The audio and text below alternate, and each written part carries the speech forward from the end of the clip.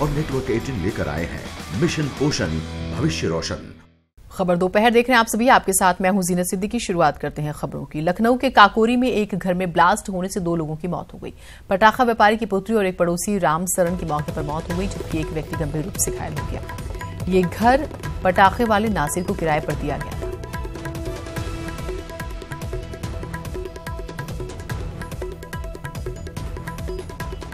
धमाका हुआ है हमारा है। किसको दे रखा था आपने? किराएदार कौन है किराएदार? क्या काम करते थे? उसमें बस यही तो नहीं जान पान के क्या करता है। किराया रहता है, कभी कभी आवत रहे और दोनों बापू रहते रहे, कभी मैंने 8 महीना माँ बापू चला जाते रहे, यूँ नहीं जान पान भैया ये पा करते रहे। पटाखा बनाने का यहाँ पर तो कोई लीगल तरीके से दिया नहीं गया होगा लाइसेंस। काकोरी में एक मकान के बेसमेंट में धमाका हुआ है। धमाके में 2 लोगों के मारे जाने की पुष्टि हो गई है, जिसमें एक महिला और एक पुरुष बताया जा रहा है। अभी बताया जा रहा है कि इस मकान को संजय लोधी ने किराए पे दे रखा था एक नसीर नाम के व्यक्ति को, और मारे जाने वालों में जो महिला बताई जा रही है वो संभवतः नसीर की पत्नी या नसीर की बेटी थी। ठीक बगल में एक दालमोट की फैक्ट्री चल रही थी, वहाँ पर एक वर्कर की भी इस धमाके से मौत हुई है। और आप देख सकते हैं कि धमाका कितना पावरफुल था कि इस बेसमेंट, इस मकान को मलबे में तब्दील करने के साथ ही बगल में बना हुआ मकान भी मलबे में तब्दील हो चुका है। एफएसएल की टीम इस वक्त मौके पर है, वो जांच कर रही है कि एक्सप्लोसिव किस तरह के थे, किस तरह का बारूद यहाँ पर इकट्ठा किया जा रहा था। क्या सिर्फ आतिशबाजी और पटाखे में इस्तेमाल होने वाला बारूद था या किसी और किस्म का था? एफएसएल की टीम मौके पर जाँच कर रही है। एटीएस की टीम यहाँ पर मौके पर पहुँच चुकी है। एडीजी और आईजी रेंज दोनों मौके पे हैं, जांच कर रहे हैं। लेकिन एक बड़ा सवाल ज़रूर उठता है कि लोकल पुलिस की इंटेलिजेंस का फेल्योर है। अगर यहाँ पर पटाखे या बारूद अवैध रूप से इकट्ठा हो रहे थे तो भी पुलिस की फेल्योर है, और अगर इसमें कोई और एंगल निकलता है एक्सप्लोसिव्स की जांच के बाद, तब भी एक बड़ा फेल्योर माना जाएगा। कैमरामैन मनोज शाही के साथ ऋषभ मणि त्रिपाठी, न्यूज़ 18 लखनऊ।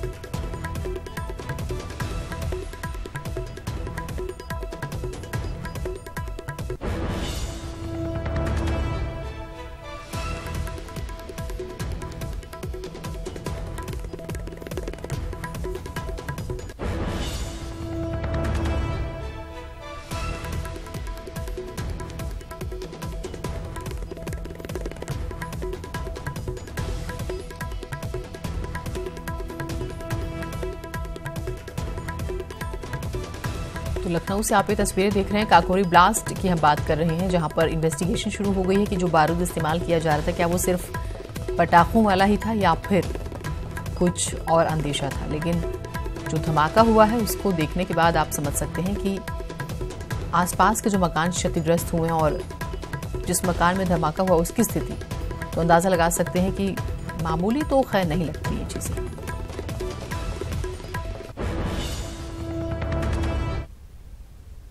एक लड़का शादी ईद बाद है, वो दावत बांटने कल निकला है।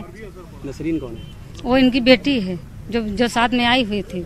सुबह मेरे घर के पास तखत निकला हुआ है, पड़ा रहता है पेड़ की छाव में। मैं एक ही पास सब लोग बैठे, पता नहीं ये लोग कब आए, मुझे पता ही नहीं चला कब क्या हुआ। तो आपको ये भी बताओ क्या करते थे? हाँ, पटाखे का काम करते थे, पटाखे का काम करते थे, वो फेंकने वाला वो सब काम बनाते थे। तो ये चीज आपको पहले इस घर में कौन रहता है? जब लाइसेंस था उनका पहले भी और सब कुछ। इस घर में कौन रहता है? मैं इस घर के बारे में मुझे नहीं पता है, इस घर के बारे में मुझे नहीं पता। अभी नसीर आपको मिले थे? नहीं। हाँ, सुबह मेरे घर में तो मिले, आए थे, सुबह बैठे।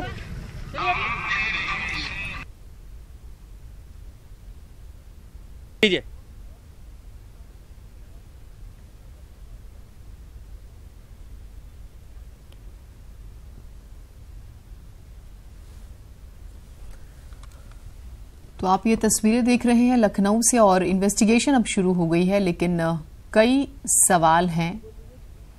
क्या कुछ हिस्ट्री थी इन लोगों की जिन्होंने घर रेंट पे लिया? रेंट पर देने वालों ने इन्वेस्टिगेशन क्यों नहीं की?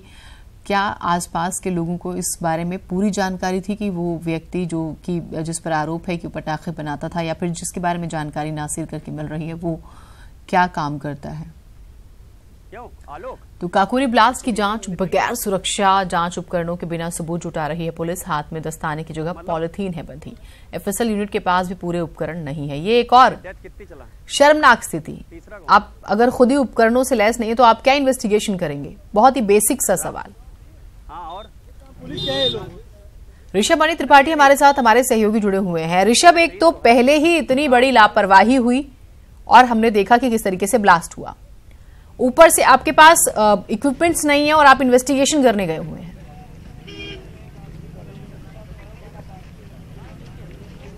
देखिए, ये उत्तर प्रदेश पुलिस की पोल खोलती है, उनकी फॉरेंसिक टीम कैसे काम करती है, कि वो ब्लास्ट को कितनी गंभीरता से लेते हैं, इसी को पता चलता है।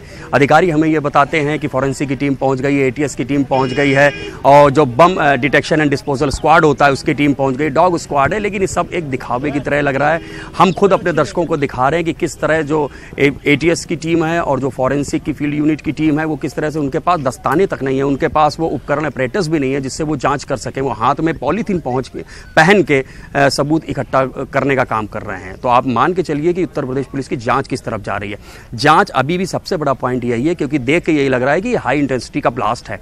ये ब्लास्ट क्या सिर्फ आतिशबाजी और पटाखे के लिए इस्तेमाल होने बारूद से हो सकता था? ये सबसे बड़ा सवाल है। ये जल्दी ही साफ करना पड़ेगा कि कहीं कोई और साजिश तो नहीं थी। बारूद किस लिए इकट्ठा कराया जा रहा था? क्या सिर्फ पटाखा और आतिशबाजी ही इसका मकसद था? ये जब तक साफ नहीं हो जाता तब तक इस पूरी घटना का खुलासा होना मुमकिन नहीं है। अभी जो हमें जानकारी मिल रही है, नसीर जिसने ये किराए पे ले रखा था संजय लोधी से मकान, उसके बेसमेंट में ये हुआ है। बेसमेंट में वो बारूद इकट्ठा करके रखता था। और अभी जो पुलिस ने भी तय किया है कि नसरीन, जो नसीर की बेटी बताई जा रही है, उसकी मौत हुई है। और ब्लास्ट इतना पावरफुल था कि बगल के मकान में एक दालमोट की फैक्ट्री थी, उसके मालिक रामसरन की मौत हुई है।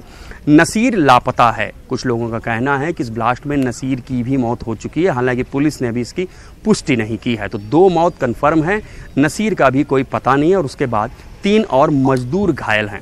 ऋषभ, क्या मकान में दबे होने की भी संभावना है कुछ लोगों के, कि ये सोचा जा सके कि हो सकता है नसीर मकान में दबा? क्योंकि हम जब एक पड़ोसी महिला को सुन रहे थे तो वो ये कह रही थी कि सुबह ही उनकी मुलाकात हुई है, उनके घर पर भी आए थे। तो ये माना जाए कि शायद वो वहीं पर था उस वक्त, क्योंकि बिना उसके आप इन्वेस्टिगेशन नहीं कर सकते, जिससे कि क्योंकि उसके जरिए ही आपको पता चल पाएगा कि कहाँ से क्या वो काम कर रहा था और कौन से लोग और उसके साथ शामिल थे। देखिए, पड़ोस की गांव की महिला थी जिससे हमने बात की, उसने ये कहा था कि आज सुबह ही उसकी मुलाकात हुई थी नसीर से। नसीर उसके घर आए हुए थे। तो अब जिस वक्त ये हादसा हुआ है, जिस वक्त ये विस्फोट हुआ है, उस वक्त नसीर प्रेमाइसेस में उस जो बेसमेंट है उसमें मौजूद था या नहीं था, इस चीज़ की पुष्टि नहीं हो पा रही है। एक महिला की तो डेड बॉडी मिली है, उसको बिल्कुल छत विछत उसका शव था, बिल्कुल कई पार्ट्स में थी। बाल से कंफर्म हो रहा है कि वो किसी महिला की, माना जा रहा है कि वो नसीर की बेटी नसरीन और बगल वाले घर में रामसरन, ये 2 डेथ कंफर्म हो गई हैं। अब ये लोकल लेवल पे पुलिस की इंटेलिजेंस की, LIU की फेल्योर है कि उनको पता क्यों नहीं था। संजय लोधी जिसने मकान इनको किराए पे दिया हुआ था, क्या इसकी जानकारी में था कि आखिरकार इस मकान में किस तरह की गतिविधियां संचालित की जा रही है?